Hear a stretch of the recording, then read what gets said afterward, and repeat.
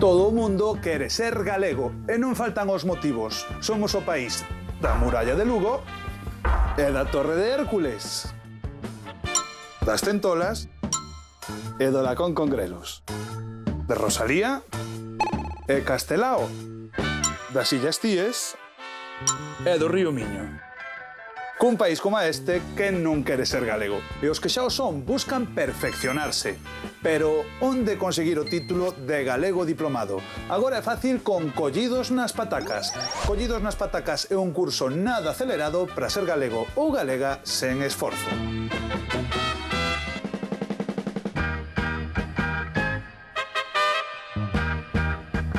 Hoxe, en Collidos nas Patacas, aprenderemos todo o imprescindible que hai que saber sobre os pazos galegos para aprobar o noso curso práctico e nada acelerado para ser galegos sen esforzo. E para a segunda lección, colledesnos coas mans na masa da empanada.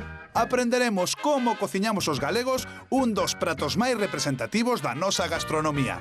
Atentos todos, que estes son dous temas básicos para ser galego diplomado. Comeza Collidos nas Patacas. Mira, Raquel, acaba de chegarnos unha mensaxe de Jacinto Arévalo que nos segue dende Ávila e quere que lle expliquemos todo sobre os pazos galegos, porque, claro, ali non teñen. Home, claro que non, porque son típicos das nosas aldeas. Pois Raquel, ti que tes tan bo gusto para a decoración, que che encantan estas cousas, creo que es perfecta para este tema. Pois a verdade é que sí que o son, e gústacheme ben, pero que atoparado, Paquiño, que xa sei por onde vas. Ti queres que me encargue eu do tema dos pazos porque sabes que logo vai haber que papar. Ai, pillachesme. Home, claro, pois sabes que che digo? Que xustamente hoxe teño che fame. Así que, alá, vai indo.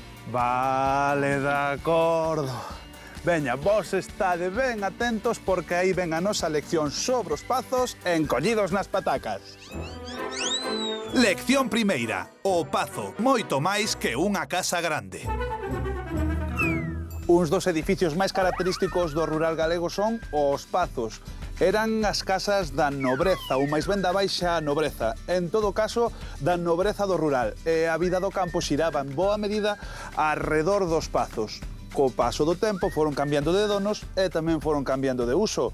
Este no que estamos, o de Tor, en Monforte de Lemos, agora é un museo. E aquí traballa unha persoa que nos pode descubrir moitos segredos sobre os pazos.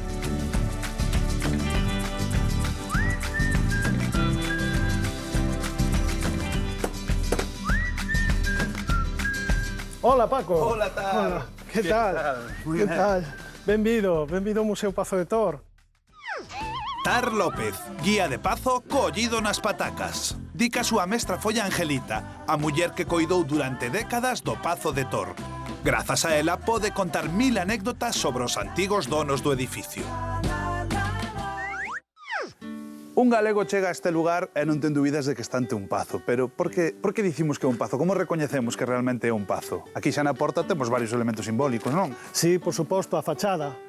A fachada que ten o blasón, o escudo da familia dos Garza, o primeiro cuartel do escudo, que é unha torre con 3 homenaxes e un brazo armado de espada, simboliza Garza de Castillón, que son, digamos, os originarios que se atribúe a Pedro Garza de Castillón, que ven aquí no século XIV. Tamén nos fala non solamente da familia, sino do oficio. Vedes que hai unha cruz de Santiago no medio do cuartel do escudo, eran cabaleiros da Orde de Santiago. Era un cargo moi importante, pupilos. Unha das funcións da orde era protexer os peregrinos do Camiño de Santiago. Creo que estas cadeas que colgan a cada lado da porta Pois sí, Paco. tamén son un símbolo. Son cadeas dos calabozos que se poñían na fachada para indicar pois, esa condición de que tiña calabozos. E que significa? Que, bueno, máis alá de administrar xustiza pois, a nivel civil, tamén o facía no ámbito criminal, que se dicía aquelas, hoxe sería o penal, non? E isto está para visitar, imagina, Para non? visitar, por suposto, Paco. Pois se me levas ti, non podo ter mellor guía. Encantado, encantado. Imos aló. Clarísimo, os pazos galegos. Atención, pupilos, os pazos son as casas dos nobres da aldea. Non existe unha cifra exacta sobre cantos pazos hai en Galicia, pero haberá uns 700, máis ou menos. A súa construción foi evolucionando ata dar con 3 tipos distintos. Os primeiros teñen unha orixe defensiva. deste pasado herdarán as torres ameadas e as seteiras. Os segundos tiñan un carácter residencial e, por último, están os construídos por familias que non tiñan orixe nobre, pero fixeron fortuna. Tamén se distinguen segundo a zona. Os de Pontevedra adoitan ser maxestosos e os da Coruña algo máis modestos. Os de Lugo teñen un carácter máis agrícola e os de Ourense son solemnes. Pero como son os pazos por dentro? Imos ver que nos conta Tar.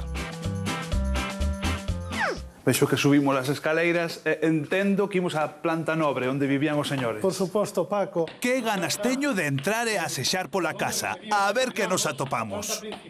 Non é un centro de interpretación dos pazos, senón como museo vamos a ver un pazo real. Pois xa non me dá chegado a hora de velo. Vamos alá, Paco, vamos. Imos acceder polo entrada principal, polo recibidor. Polo recibidor, por onde entraban os convidados importantes. E nós non íamos ser menos. O primeiro que nos encontramos é a sala de armas. Impón, Dedicábase á guerra esta xente, entendo, ou como era? Non exclusivamente, aínda que xogaba un papel importante, non? A presencia no exército, pero ti ben sabes que antiguamente a lei do maiorazgo implicaba que o irmán maior da casa, o varón, pois herdase todo, non? Herdaba todo ese patrimonio, todo o legado. Era o vinculeiro. Vinculeiro, o sí, importante. Dende logo, non faltaba luxo nesta familia. Non, por suposto. Os Garza sempre destacaron como unha familia fidalga e importante. Son nobres, tiñan un forte carácter de cara á nobreza. A fidalguía. Moito ollo, pupilos. Quen vivía nos pazos? Pois os fidalgos, o estamento máis baixo da nobreza. E había dous tipos, os de sangue, de familia nobre de toda a vida, e os de privilexio, que conseguiron o título por algún favor ao rei ou porque o mercaron. En Galicia, os fidalgos adoitaban ser de privilexio. Eran intermediarios dos mosteiros, cobraban os tributos a xentes da aldea e levaban unha porcentaxe. Aumentaron o seu patrimonio e procuráronse o título de fidalgo, que os liberaba de pagar certos tributos á coroa. Pero había outras formas de acceder á fidalguía, algunhas ben curiosas, como os fidalgos de Bragueta, que conseguían o título por ter 7 fillos varóns consecutivos. Toda unha fazaña. O Salón Norte é un salón importante. Estou vendo aquí, a min estáme dando un pouco de medo este bicho que teñen aquí. Moitas cousas exóticas. E ao parecer foi un agasallo que lle fixeron a José Taboada, o pai da señora, sendo mozo ou neno. Ter isto na casa non sei eu, pero xa vedes, alumnos, a xente dos pazos vivía rodeada de luxo e cousas exóticas. Recoiro co agasallo é para un neno, pero vexamos que outras cousas son típicas dos pazos. Ti sabes aquel refrán que di casa con capela, palomar, ciprés, pazo é. Correcto. E sabes que?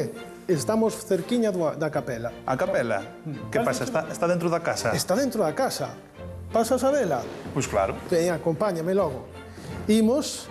Como eran os señores? A capela dentro da casa. Non tiñan nin que ir á igrexa. Se te fixarás, hai unha porta, pois era por onde entraban os caseiros e incluso algúns invitados, pois quedabanse abaixo. Os señores sempre aquí arriba. Pero hai un terceiro elemento, que era o cura. E o cura temos aquí un acceso que é a escaleira para o cura. Ese di que mesmo para dar a comunión subía o cura a través desta escaleira para darlle a comunión aos señores. E teñoche aí unha pequena sorpresa. Anda, unha sorpresa? Que será o que nos ten preparado tal? Ouiches falar do mapa de Fontán. O mapa de Fontán, moi coñecido, o primeiro mapa moderno importante de Galicia. Efectivamente, e un dos do mundo. Apareceu na biblioteca fai 5 anos e, sorpresa, uns legajos de pergameo policiscado detrás da estantería que a señora nin nadie sabía e logo unidos resultou ser este fermoso mapa que é un orgullo. E logo non, Fontán botou 17 anos facendo no mapa. Vaya, aquí sí que se ve que eran xente de cultura, Verdade, non? 2, 3 pianos. Bueno, son anteriores aos pianos. Anteriores aos pianos. Ainda non estaba inventado. Sobre todo este que é o máis antigo. Non xa se ve que forma de piano normal non ten. É un piano organizado. Consta dun clavicordio no cimo, este instrumento de tecla, e abaixo oculto ten un órgano de tubos. Que pasaba ao tocalo? pois bueno, que sonaba o órgano e o clavicordio á vez. Imagino que isto agora xa non soará. Paco, temos aquí tamén outra información a maiores, e é que son escasísimos. Aplicaba un sistema de percusión nos martelos, único no mundo, e que o fai casi único. E case os trago eu metendo aí a zoca. Teríamos un problema aí. Como verás, o dormitorio principal, pois, causa certa impresión, non? Pois sí. Recrea un cuarto de estilo italiano. Eran nobres, tiñan camas, pero tamén tiñan que ir ao baño. Isto, cosmopolitismo total. E é con váter inglés. Nestes detalles que parecen os máis vulgares é onde se ve a distinción da familia. Sí, señor. Home, os nobres tamén van ao baño. Aí, abaixo, Non só no baño se notaba o nivel desta casa, tamén nos vehículos. E aquí estamos, entrando agora mesmo no garaxe do Pazo. Hai unha mostra de carruaxes que eran do Pazo, por suposto, cada unha delas, e que tamén son unha mostra interesante que retratan moi ben os tipos de desplazamento que había e nos fala tamén do luxo.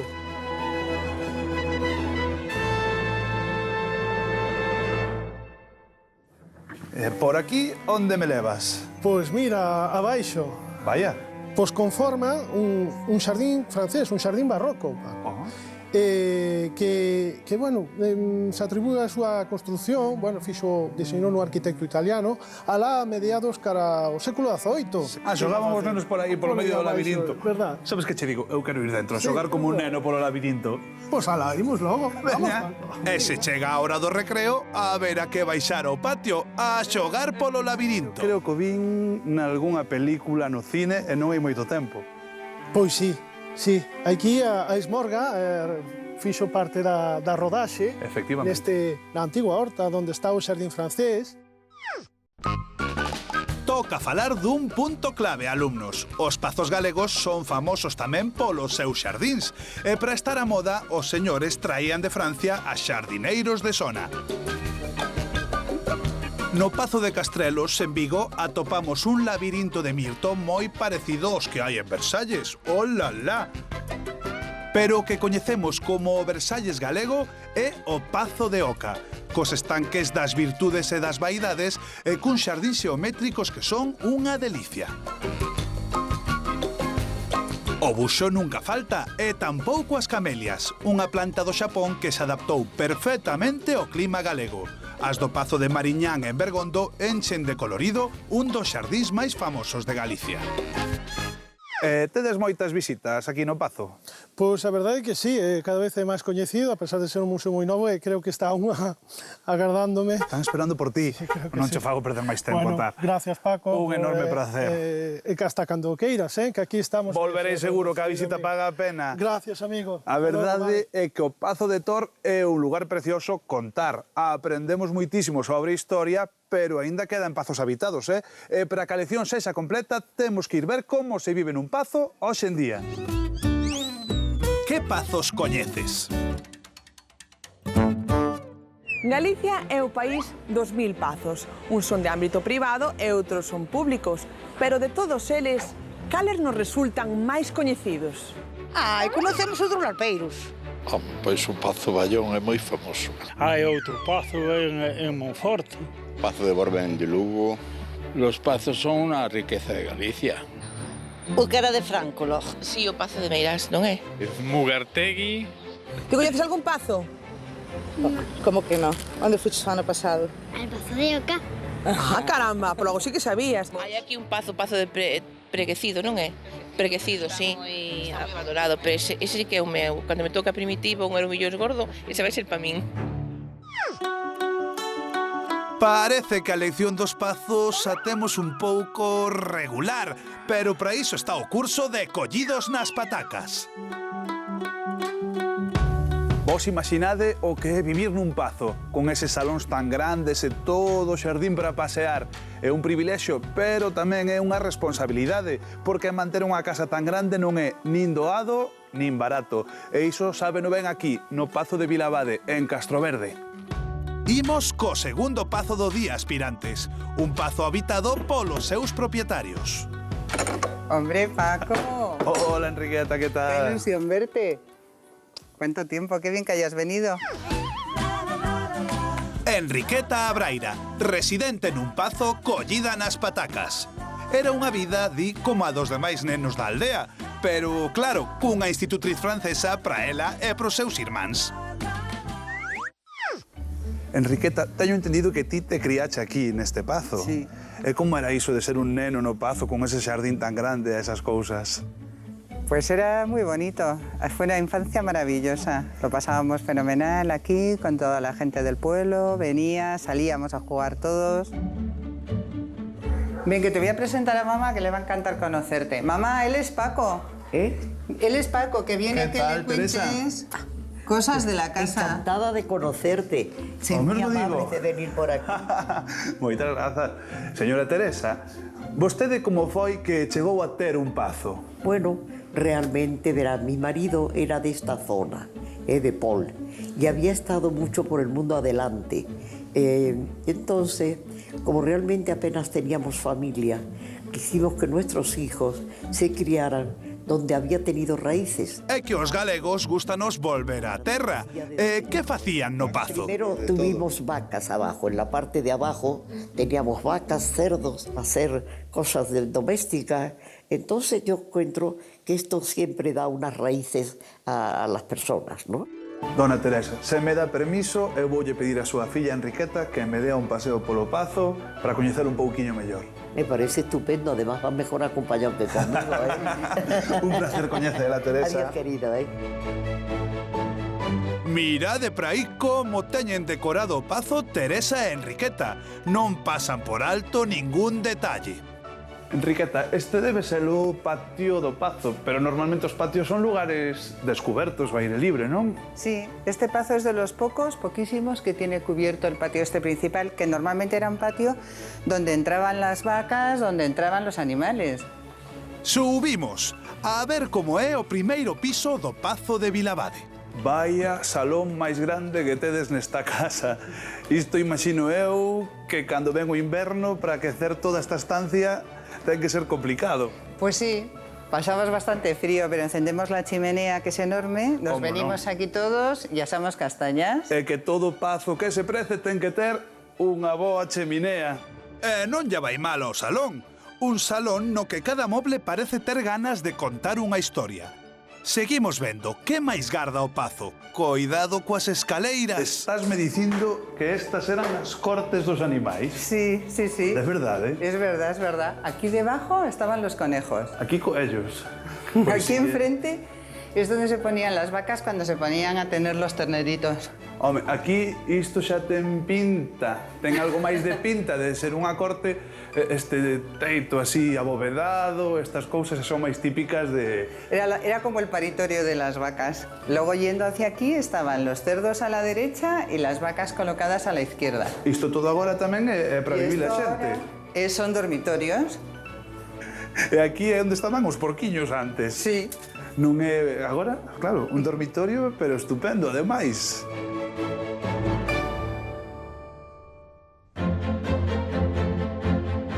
Patio interior, cheminea, as cortes e agora o xardín. Este pazo eche ben completiño. Vai a xardín máis bonito. Estou vendo que neste pazo a parte de atrás é aínda máis bonita que a fachada, Oxe, no pazo xa non tedes vacas, non hai gando, pero para manterse creo que cambiaron un pouco de uso, non? Sí. Ahora lo hemos convertido en turismo rural. Tenemos habitaciones y nos encanta que venga la gente a quedarse unos días con nosotros. Enriqueta, foi un placer coñecerte, a ti, a familia. Vuelve pronto. No pazo, seguro que hai volver pronto, non che caiba dúbida. Xa vedes, os pazos antes tiñan un uso eminentemente agrícola, agora hainos cos usos máis variados. Este tamén funciona como casa de turismo rural. Moi interesante este detalle, alumnos. Atención, pupilos, con nobres ou sen eles, en Galicia sabemos sacarlle proveito a moitos dos nosos pazos e hoxe en día calcúlase que uns 500 teñen usos diversos. Hainos que son hotel, como o Pazo de Bazán en Cambados, que é parador nacional. Varios aproveitaron as terras do señor e estableceron viñas e bodegas. É o caso do Pazo de Rubiáns en Vilanova. Ali fan un albariño de categoría. Outros son museo, como o de Tor ou o de Quiñones de León, en Vigo. Tamén os hai que se dedican a outras labores, como o Pazo de Anzuxao, que hoxe é unha queixería. Pero sigamos coa lección. Imos ver un pazo que volveu ás orixes e hoxe en día é unha granxa. Os pazos eran as casas da xente con poder, pero da xente que tiña poder nas aldeas. Están moi vinculados ao campo e ao medio rural. Hoxe moitos reconvertéronse, son casas de turismo rural, son restaurantes nos que se fan bodas, pero algúns aínda se manteñen fiéis a ese vínculo co medio rural. Neste pazo, o de Sabadelle en Chantada, o dono ten terras, pero non ten criados que llas traballen. El mesmo ocúpase das tarefas agrícolas.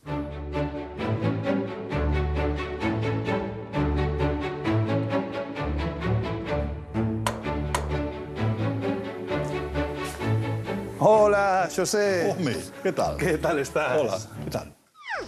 Xosé Figueroa, dono dun pazo collido nas patacas. Naceu, creceu e vive nun pazo, pero non é ningún señorito. Cría capóns e becerros, traballa a horta e ademais monta exposicións de artistas locais. Xosé, cando un ven a un pazo espera topar un señorito con monóculo, gravata, ti non das este perfil, verdade? Non, sobre todo non. Ese perfil precisamente é o que non dou. Ti és unha persoa que vive no medio rural, que traballa cos seus animais, que coida da súa casa. Claro. Son outras historias, son outros mundos. Nós non eliximos, Nós non eliximos onde nacemos. Acertou nacer aquí como podía acertar nacer noutro sitio, non? Porque ti naceche aquí no pazo. Sí, nós nacemos aquí, sí. E como é iso de ser un neno e medrar nun pazo? Igual que noutra casa calquera. Igual non, con moito máis sitio para xogar. Anda, Xosé, ensínanos como é a túa casa. Ven comigo, ven por aquí. Aquí hai dúas épocas da casa. Aquí vense moi ben as dúas partes. Esa é a parte máis antiga da casa. Esta é a parte máis nova. A parte máis antiga é a documentación de 1251. Isto é do século XIII. Sí. Esta é a zona nova. Esta é a parte nova da casa. Esta zona de aquí. É unha zona da época final do XVIII, principios do XIX. Vou te enseñar a cociña, ven por aquí. Esta era a época xa de esplendor dos pazos. Sí, esta é a época precisamente da altura do esplendor, do que viste, verdad? Esta é a cociña. Isto sí que é unha lareira dun pazo. É unha lareira que eu recordo cantidad de historias aquí de neno, non? Cando nos contábamos a xente que había aquí maior, cando nos contaba as historias, non? Vese incluso pola altura das portas que as persoas non eran especialmente altas. Por aquí ao case teño que agacharme para entrar. Especialmente altas. De aquí entramos ao comedor da casa. Este é o comedor. Podes pasar. Ora hai unha mesa pequena montada que mañá facemos aquí unha degustación. Aquí a veces facemos degustación. Facedes degustacións? Sí, dos produtos que nos producimos. Iso das degustacións soa ben, Imos ver que produce Xosé na granxa do Pazo de Sabadelle. Algúns de mos, porque hai varias, teño dúas razas, estes son os de mos. A ver, colle un aí. Estes son capós de mos. Sí, collo é un. A ver, se das, a ver. Mira, a ver. Cuidado a cabeza, Coa argaliña non sei se me levarei demasiado ben. Colle ti menor. Será millor. Non é difícil, mira. Non é difícil. Ti xa ter máis xeito. Así calquera, entre que tes práctica e algo te coñecen... Mira, aquí hai un. Son as cousas nas que nos vivimos, nos vendemos isto. Vendédelo? Sí, vendemos. Que o vendedes? Por aquí, por Galicia? Por todo o mundo. Es decir, nos chegamos por toda España, para Barcelona. Grazas a internet, Xosé vende capóns en medio mundo. E que outros animais tes na granxa? Tiña un becerro, se queres ver, ou varios. Ten varios becerros por aí. Ven que se enseño, mira. Vamos a deixar aquí.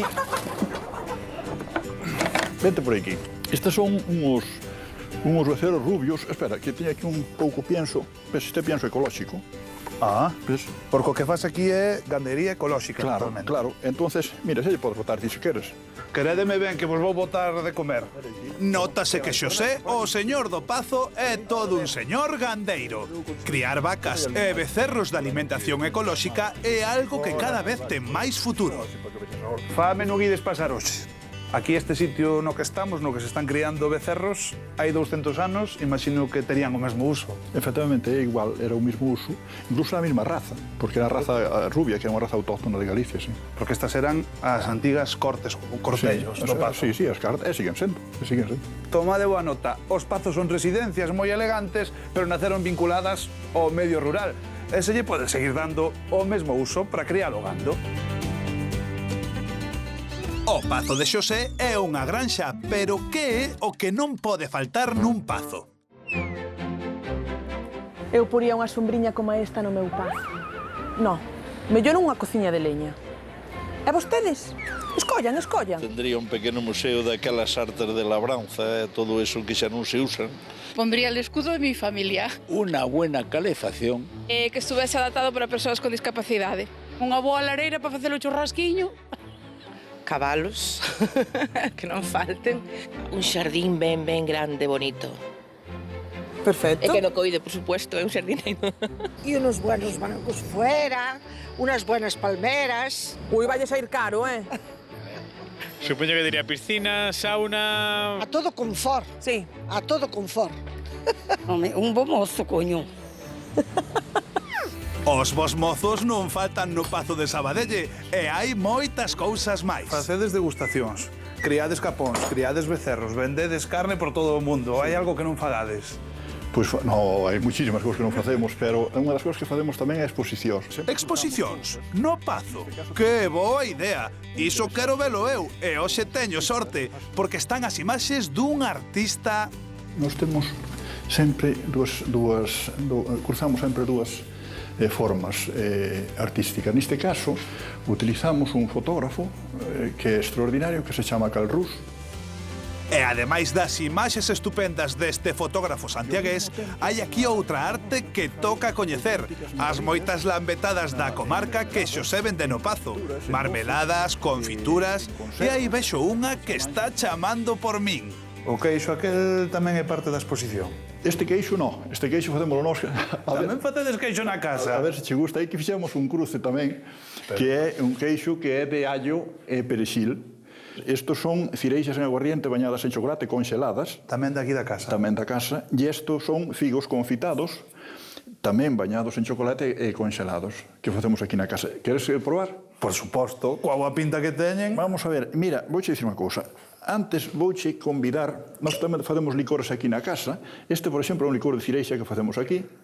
Porque tamén tedes bodega, claro. Naturalmente. Na Ribeira Sacra non podía ser de outra forma. Vouche dar a probar estes figos que nós bañamos en chocolate, a ver que che parece, e que están conxelados.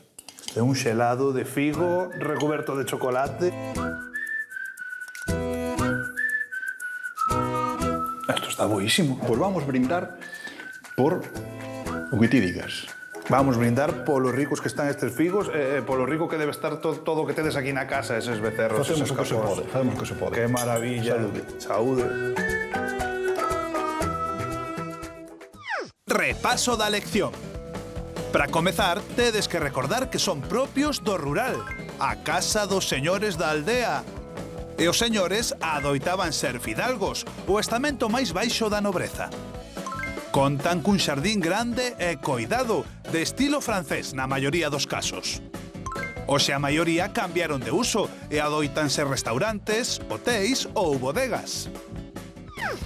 Non importa de que vai a lección, aquí en Collidos nas Patacas as clases sempre rematan igual, comendo. Eu penso que co que hoxe aprendestes xa estades máis que preparados para aprobar con nota o tema dos pazos. Espectacular, Xosé. Seguimos en Collidos nas Patacas, a segunda das nosas leccións deste curso práctico e nada acelerado para ser galegos en esforzo, vai abrir o apetito a máis de un. Nin vos movades, porque imos coñecer os segredos dunha das mellores empanadas do mundo, a galega. Unha das nosas partes favoritas en Collidos nas Patacas e que xa me ia tocando é a de comer. E hoxe imos falar da comida rápida galega por excelencia. Sí, oístes ben, a comida rápida, porque a empanada é perfecta. quente ou fría, sempre está lista para comer en calquera momento e onde sexa. En cada casa teñen a súa receita e hainas para todos os gustos, pero iso sí, cociñala ten a súa ciencia, así que tomade nota que aquí vai unha materia indispensable para superar este curso de galego diplomado. Que hai que saber sobre a empanada galega?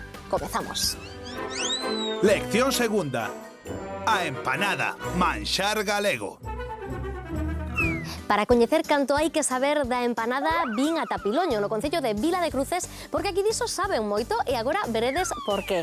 Xa anda por aquí Aida, que tan noviña como é, ven de gañar o concurso da Festa da Empanada de Bandeira na categoría de ama de casa, nada menos. Hola Aida, que tal? Hola Raquel, estaba te agardando. Aida Soto, cociñeira collida nas patacas. É famosa polos seus rustridos de combinacións imposibles. Luras con níscaros, polvo con queixo azul, a imaginación ao poder. Así que gañadora do concurso da Festa da Empanada de Bandeira, case nada. Sí, exactamente. Quen te enseñou a ti, quen te aprendeu a facer empanadas? Pois meus avós teñen unha panadería, xa fai 40 anos. Bueno. Miña nai, miña avoa, meus tíos, pois foron metendo no traballo. E para facer unha boa empanada hai que seguir unha serie de pasos, pero cal sería o primeiro e o máis importante que temos que facer? O máis importante é o recheo, e se queres vamos dentro e preparámolo. Bueno, pois imos. E vos tomade papel e lápiz e boa nota porque imos aprender de seguido a facer un recheo ou rustrido de categoría. Imos. Vamos. Por aquí? Sí. Clarísimo, a empanada no mundo. Pupilos, a empanada é un dos alimentos máis estendidos polo mundo. E logo non, é tan fácil de comer, é tan saborosa. En Rusia fan os piroski, recheos de carne ou verduras. Xeralmente frítense, e tamén hai versións doces recheas de fresas e mazá.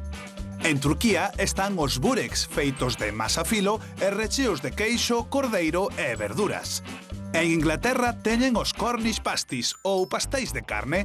En España temos versións por todo o país, como as empanadillas. Pero as empanadas máis curiosas se cadra son as formachades das Illas Baleares, recheas de queixo. Pero as galegas son as máis famosas, de trigo ou de millo, de carne ou de peixe. Son uns dos pratos máis populares da nosa gastronomía. Así que imos cunha desas receitas para chupar os dedos. Mira, Raquel, aquí temos os ingredientes para o recheo da empanada. E hoxe Aida vai nos facer unha estupenda empanada de zorza. Vale. A ver o que hai por aí: cebola, pemento, tomates e, por suposto, zorza. Isto pinta moi ben. Entón, estes son os ingredientes básicos e por onde empezamos? Que é o primeiro que temos que facer? O primeiro que hai que facer é o refrito. E que é o refrito? O refrito é pois, a cebola, o pemento e pimentón. Pois o primeiro, a base do recheo da empanada. Botamos ben de aceite, como medio vaso. E... Canta cebola máis ou menos precisamos para facer unha empanada normaliña, mediana? Pois sobre 1 kilo, máis ou menos. E hai que cortala moi miudiña ou que os cachiños sexan... Canto máis pequeniña, mellor. Así non nos atopamos os tropezóns no medio. Boa observación. Un dos crimes máis habituais contra a empanada galega é atoparnos cachos de cebola crúa. Para que a empanada resulte saborosa e suave, a cebola ten que estar ben pochadiña. De 3 kilos. Así que sería, digamos, o ingrediente básico do refrito, neste caso. Sí, sin cebola, empanada non é o mismo. E este kilo de cebola ten que quedar ben pochadiño ou... Por suposto, na empanada a paciencia é un dos ingredientes fundamentais. Sí. O seguinte paso son engadir os pementos. Pois a ver, así todos de golpe, non? Sí. Canto pode tardar isto en pocharse ben? Unha media hora. Unha media hora para que quede ben pochadiño ou queremos que quede un pouquiño duriño? Que quede ben pochado, mellor. Ben pochado, mellor. 30 minutos, remexer de cando en vez...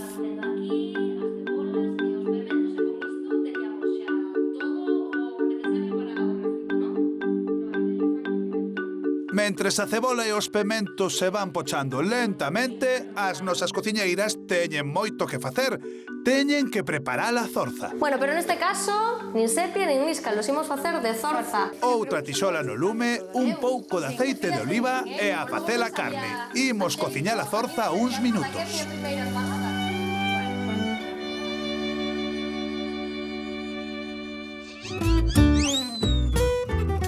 De que che gusta a empanada?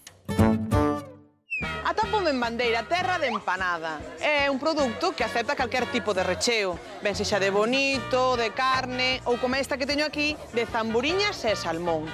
Pero os veciños desta terra, de que probarían as empanadas? He probado empanada de pulpo. Yo nunca probé más que de atún. Marisco con polo. De algas con champiñóns. Con carne de vaca. De chourizo. Ah, de carne, nosa carne sempre, como o lobo. De berberechos ca concha. Ca concha dentro? Sí. Fajos de huevos con aceitunas, fajos de moitas cousas. Grelos con nocilla. Grelos con nocilla? Que me estás contando? Pero quen fai grelos con nocilla? Combinan en Santa Comba. En Santa Comba fan empanada de grelos con nocilla. Ela. E ti cómela? Madre mía, non sei que será peor, se facela ou comela. Pero na nosa cociña temos unha empanada moito máis tradicional. A cebola cambiou xa de aspecto e a zorza tamén. A ver cal é o veredicto da experta. Preparada? Sí. Bueno, pois entón... Apartámoslo do lume. Vale, por aquí. Zorza lista. E agora un chisco de cor e sabor. O pemento moído. Neste caso tamén leva. Ah, claro. Para que non nos quede demasiado vermella. E remexemos con ganas, que estea todo ben mesturadiño.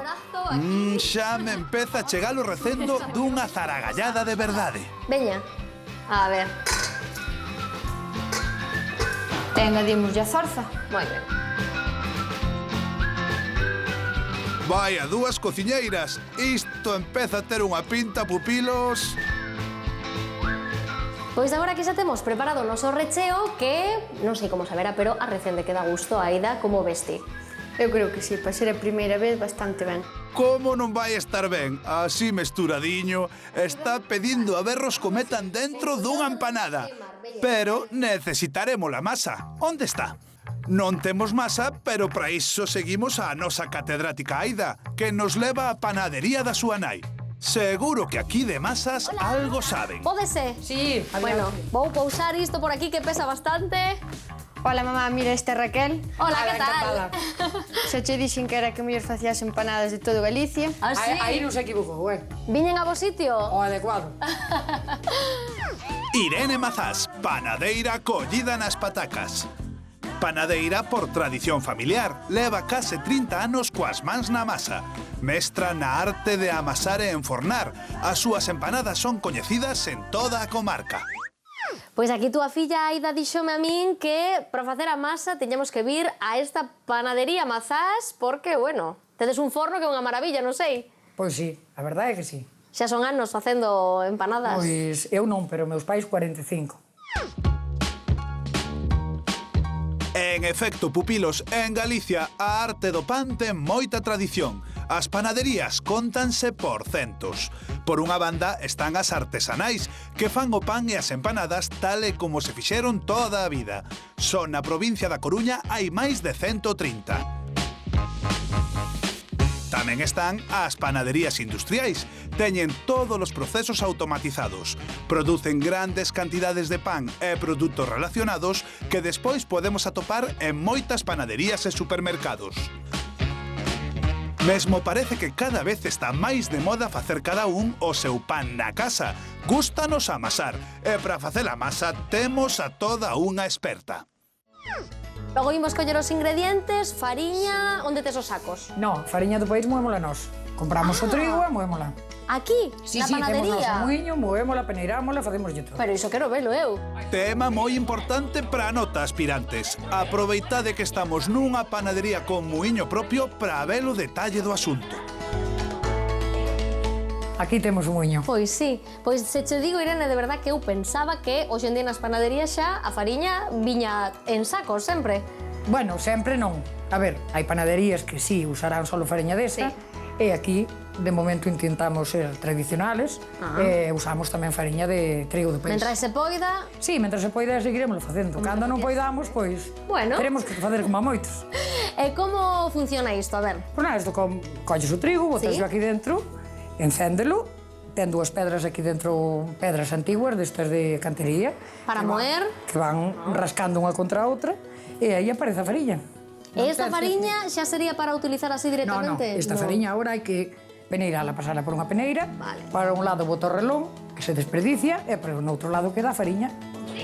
Iso, a moer, que non me dá chegado a hora de botarlle o dente a esa empanada, que eu niso seguro que me diplomo.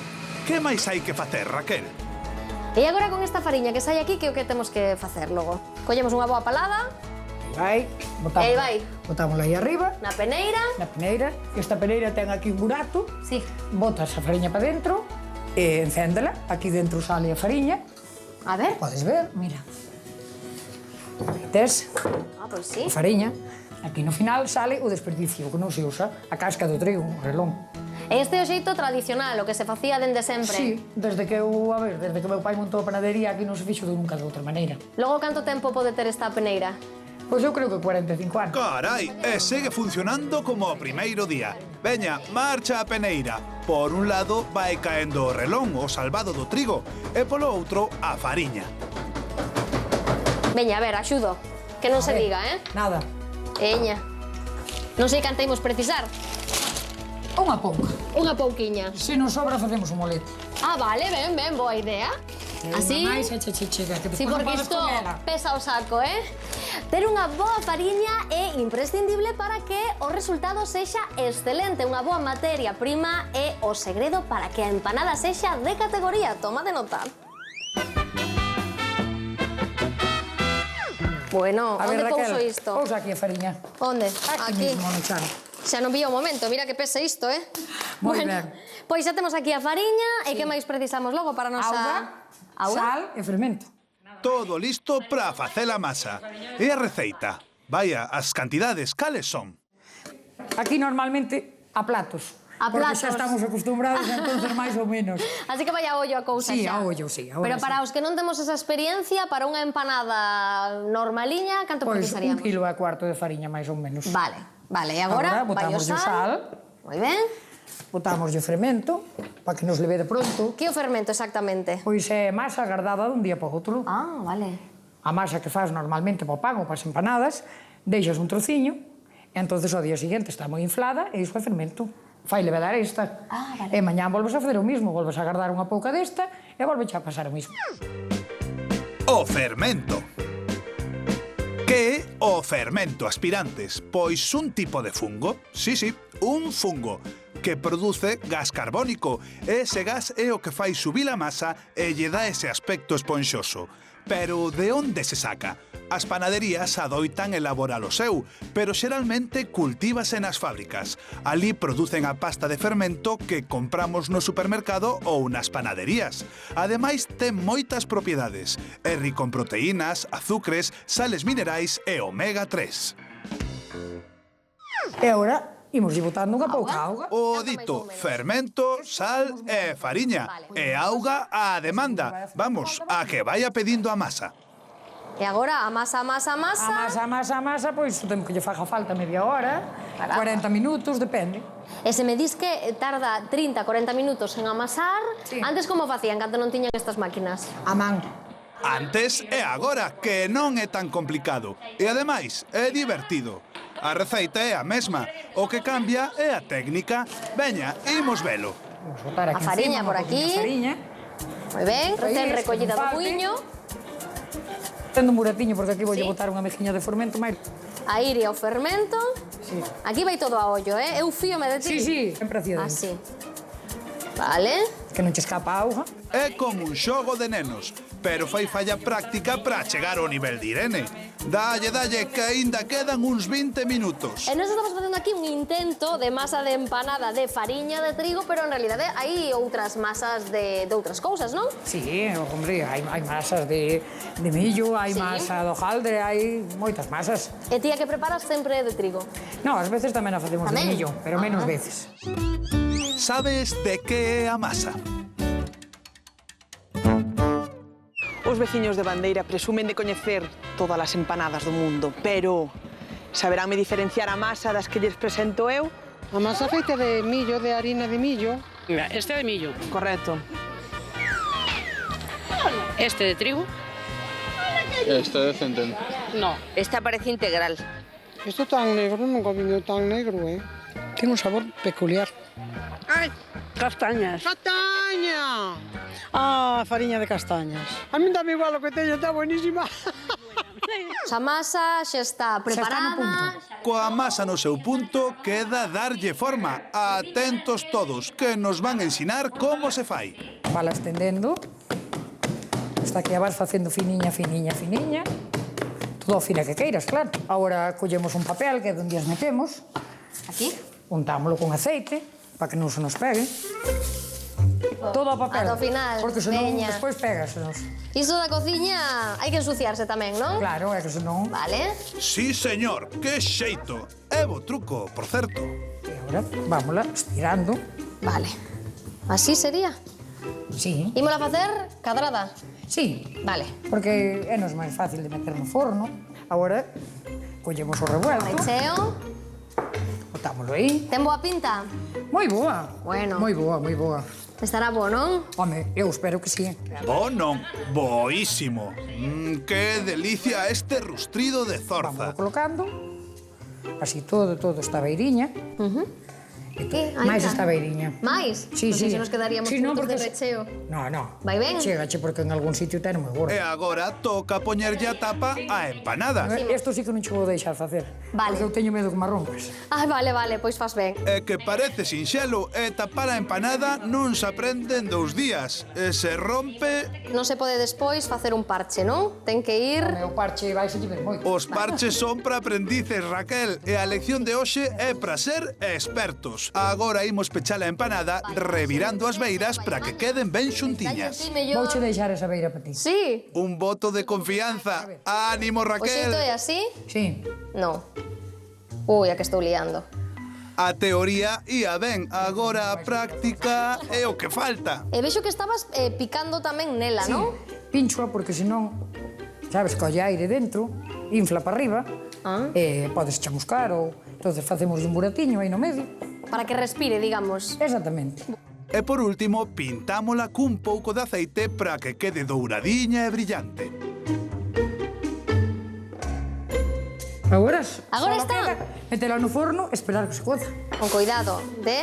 Así. Veña. Queres la traer ti? Non me atrevo a tanto, Pois veña, Non vai a ser que estrague. Abrimos a porta. Collemos a pá. Por favor, que coza a xiña, aínda que xa sei que haberá que esperar media horiña. Media horiña. Historia da empanada.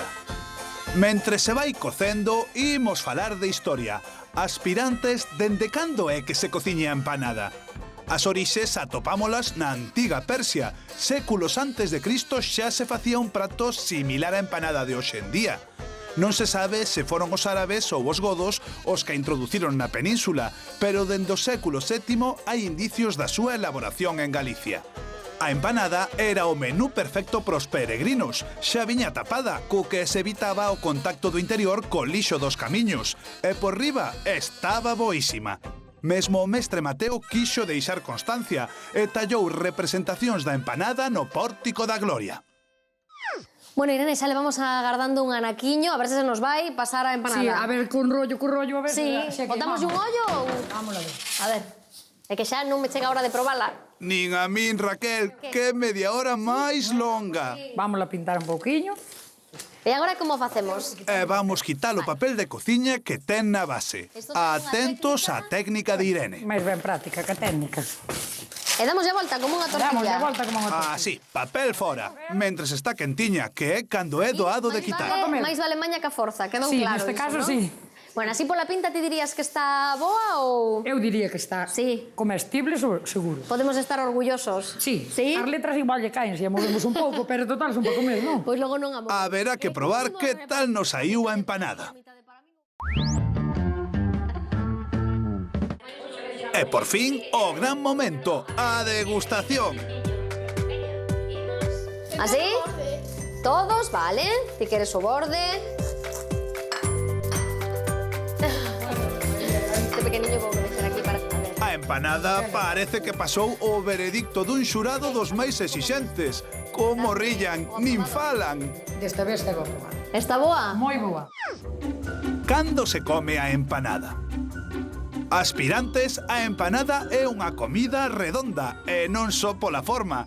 É un prato obrigatorio do Día do Patrón ou de calquera festa. Cando se reúne a familia, hai empanada. Unha vez feita, aguanta ben un par de días. Pódese comer fría ou quente, así que é perfecta como entrante e como pincho acompañada dun bo viño. E ademais, como ten tapa, podémola levar a calquera sitio. É o propio para ir de acampada ou á praia. A empanada galega está tan boa que apetece sempre. A sensación de ser xa unha doutora en empanada mola, E Raquel vai ver agora un cociñeiro que, ademais de vendelas no seu local, vende as tamén por internet. A empanada galega gustanlle os tempos modernos. Josebas de Dios, cociñeiro collido nas patacas. O Xe repartía as súas empanadas nunha moto por Sanxenxo, pero dende hai un tempo a súa área de reparto non ten límites. E logo, Xe, que é o que teñen de especial os teus repartos? A ver. Eu fago como todo o mundo, reparto, ando por Pontevedra, por Vilagarcía, nunha moto repartindo. Casa por casa. Casa por casa, tienda por tienda. E, aparte, teño unha oportunidade máis que é de, en calquer sitio de España, poñer unha empanada de 24 horas. Montei unha página, unha tienda online de empanadas e facémoslo 24 horas. Empanadas por internet. Atentos, aspirantes. E como conseguides iso de que a nosa empanada poida chegar a calquera punto do país en menos de 24 horas? Nada, eles pídenas por a tienda e nós collemos, empaquetámolas en transporte, desde que hai 24 horas, aparecen 24 horas, aparecen no lugar de destino. Temos aquí a tablet cos pedidos. Este é de Zaragoza, pois pideu unha de bacalao e unha de atún. Pois vamos aquí, temos así as queixiñas xa preparadas. Bacalao esta, por que esta? Porque tiene unha B, porque é bacalao. Que veñen É que claro, teño que marcalas, porque fago un montón delas. O que non pode ser é que nos pidan de Zaragoza unha de bacalao e chegue unha de atún, non? Claro. Está aquí cerrado, ben cerradiño. Por exemplo, esta de bacalao, pois mira, unha X aquí, bacalao, peso é dun kilo. Despois temos o lote, máis a fecha, que xa teño aquí o preparadiño o cousiño, e xa vai o lote máis a fecha. E que caducidade teñen ou que consumo preferente? No preferente son 3 días. Entonces, o mismo procedimento, collemos aquí a caixiña, unha de atún, pois. E atendendo todo tipo de clientes. Este pedido que vai para Zaragoza, pero vexo que, bueno, temos outro para Zaragoza, un para Jaén, outro para Barcelona. Desde que lugares te piden este tipo de encargos? Pois non é eso, o que che ven polo a rede, ti vas collendo, é como que vai pescar, o que che ven a rede, tu a pesca. E de onde piden empanadas galegas? De Madrid, de Barcelona, de Xavier, de Zaragoza, de Jaén, de Valladolid, de Gijón, teñen pedido de Oleiros, de aquí do lado. En Galicia tamén, claro, porque o servicio tamén colle todo o territorio galego, claro. Sí. O reparto. Colle de papel e lápis, aspirantes, porque imos falar dun costume ben galego. Como chegan o pan e as empanadas aos fogares. Pois vaya, sempre podes ir mercalos á panadería ou ao supermercado, pero algo que nos gusta moito aos galegos é que non lo traian á casa. Así, moitas panaderías, especialmente as da aldea, teñen servizo de reparto a domicilio e cada mañá percorren as parroquias do concello cos seus produtos frescos saídos do forno. E cando as empanadas van saír da parroquia como estas de Xe, convén que vayan ben empaquetadiñas. Sí, dende logo é unha boa idea para a empanada galega.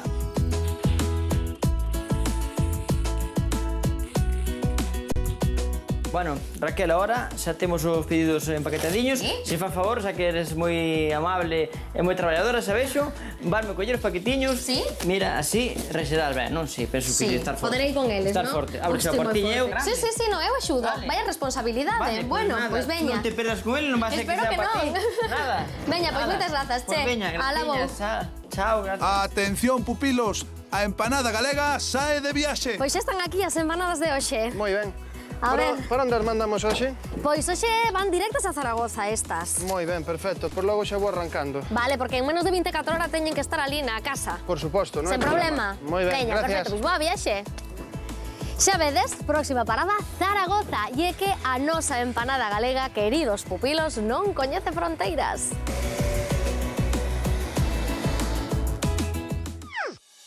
Repaso da lección. Queredes a empezar pola masa? Pois é importante amasar con ganas e deixar que levede ben. Colle cebola, pemento e aceite. Poñerlle polo, zamburiñas, carne ou bonito xa depende do teu gusto. Tapamos a empanada e pro forno. En Galicia somos moito de que nos leven a empanada a casa. E logo non. Chega perfecta, lista para comer. E como se soe dicir, se ben se ve, mellor saberá. Cada día estades máis cerca de conseguir o título de galego diplomado de Collidos nas Patacas.